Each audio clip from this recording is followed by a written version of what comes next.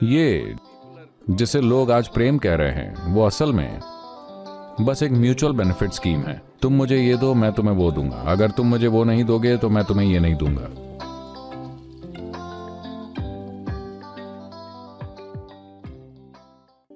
हम जीवन को जीवन की तरह नहीं देख रहे हैं। हमें जिस तरह से पढ़ाया गया है, हमारा एजुकेशन सिस्टम, विज्ञान और तकनीकी का हमारा विचार सिर्फ इतना रह गया है कि अपने फायदे के लिए हर चीज का इस्तेमाल कैसे करें। सबसे छोटे बैक्टीरिया से लेकर धरती के सबसे बड़े जानवर तक सब कुछ हम अपने फायदे के लिए इस्तेमाल करना चाहते हैं। यहां तक कि धरती का भी हम अपने फायदे के लिए इस्तेमाल करना चाहते हैं, जिसमें दुर्भाग्य से इंसान भी शामिल हैं। तो ये जिसे लोग आज प्रेम कह रहे हैं वो असल में बस एक म्यूचुअल बेनिफिट स्कीम है। तुम मुझे ये दो, मैं तुम्हें वो दूंगा। अगर तुम मुझे वो नहीं दोगे तो मैं तुम्हें ये नहीं दूंगा। और इसीलिए आप प्रेम के प्रश्न को ब्रेकअप और तलाक से शुरू कर रहे हैं। ये सच है। जीवन की मेरी समझ में प्रेम का मकसद दो जिंदगियों को साथ जोड़ना है।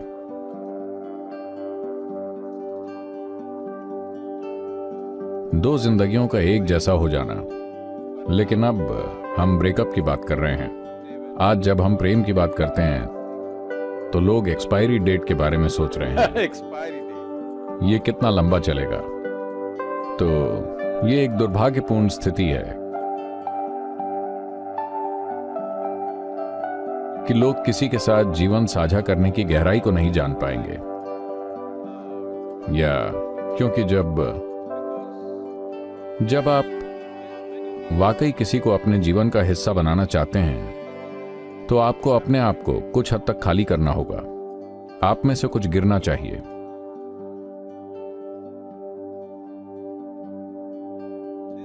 अंग्रेजी अभिव्यक्ति, पता नहीं फ्रेंच में क्या कहते हैं, लेकिन अंग्रेजी में प्रेम में पड़ना कहते हैं, जो कि अच्छा है। देखिए, आप प्रेम में ऊपर नहीं उठ सकते, प्रेम में उड़ नहीं सकते, प्रेम में चढ़ नहीं सकते। आप प्रेम में केवल गिर सकते हैं। आप में से कुछ ना कुछ गिरना चाहिए। तो अभी हम प्रेम में चढ़ने की कोशिश कर रहे हैं। इसलिए हर वक्त परेशानियां होती हैं। तो फ्रेंच में प्रेम में पड़ने के लिए कुछ है क्या? ये वही है, ये टोम्बर अमूरू है, जिसका अर्थ प्रेम में पड़ना होता है। हम भी वही कहते हैं। ये अच्छा है, फ्रेंच अभी भी प्रेम में पड़ रहे हैं। सुनकर अच्छा लगा। क्योंकि ये ज्यादातर लोगों के लिए सिर्फ एक म्यूचुअल बेनिफिट स्कीम बन गया है कि मैं जो चाहता हूं वो कैसे पालूं। Love is not about getting what you want.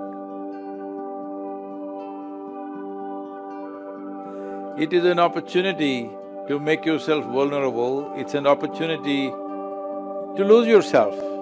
प्रेम का मकसद वो पाना नहीं है जो आप चाहते हैं। ये खुद को नाजुक बना लेने का अवसर है। ये अवसर है अपने आप को खो देने का। ये कोई लाभ कमाने की योजना नहीं है। प्रेम लाभ कमाने वाली योजना नहीं है। ये स्वेच्छा से घाटा उठाने जैसा है। प्रेम बस यही है। लेकिन जैसे ही आप फायदा सोचने लगते हैं तो जाहिर है कि पहले दिन से ही टकराव पैदा होगा। केवल हार्मोनल आकर्षण की वजह से हो सकता है लोग साथ आ रहे हों, नहीं तो जिस तरह से हम आधुनिक समाज को बना रहे हैं, हमने प्रेम के लिए लगभग कोई जगह नहीं छोड़ी है। हम ये देखते हैं कि मैं तुमसे क्या हासिल कर सकता हूं। तो जब ये तरीका है तो ब्रेकअप स्वाभाविक रूप से होगा, क्योंकि अगर आप दूसरों से खुशी निचोड़ने की कोशिश कर रहे हैं तो ये काम नहीं करेगा। अगर आपका जीवन किसी से अपना सर्वोत्तम साझा करने के बारे में है तो ये काम करेगा। मैं ये नहीं कह रहा हूं कि ऐसा बिल्कुल नहीं होता, लेकिन दुर्भाग्य से ये ज्यादातर इसी दिशा में जा रहा है कि मैं तुमसे क्या हासिल कर सकता हूं, तुम मेरे लिए क्या कर सकते हो, ये नहीं कि मैं तुम्हारे लिए क्या कर सकता हूं। तो इस प्रेम में गिरने को वापस आना होगा। अभी लोग प्रेम कर रहे हैं। नहीं, आपको प्रेम में गिरने की जरूरत है। आपके अंदर से कुछ जाना चाहिए, तभी प्रेम के लिए जगह बनती है। वरना यह सिर्फ एक म्यूचुअल बेनिफिट स्कीम है।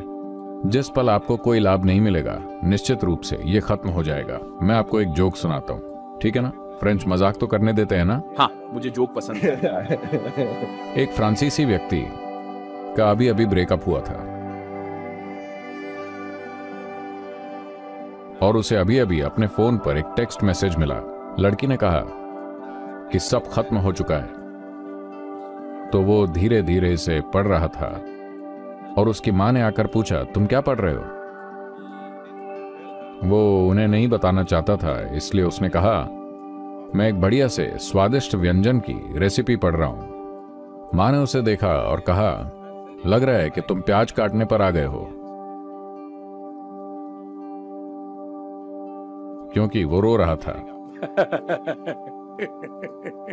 लगता है तुम उस हिस्से पर आ गए हो जहां वो प्याज काट रहे हैं। तो भले ही आप प्याज काटते समय आपकी आंखें भर आएं, अगर आप अच्छे से पकाते हैं तब भी खाना अच्छा लगता है ना?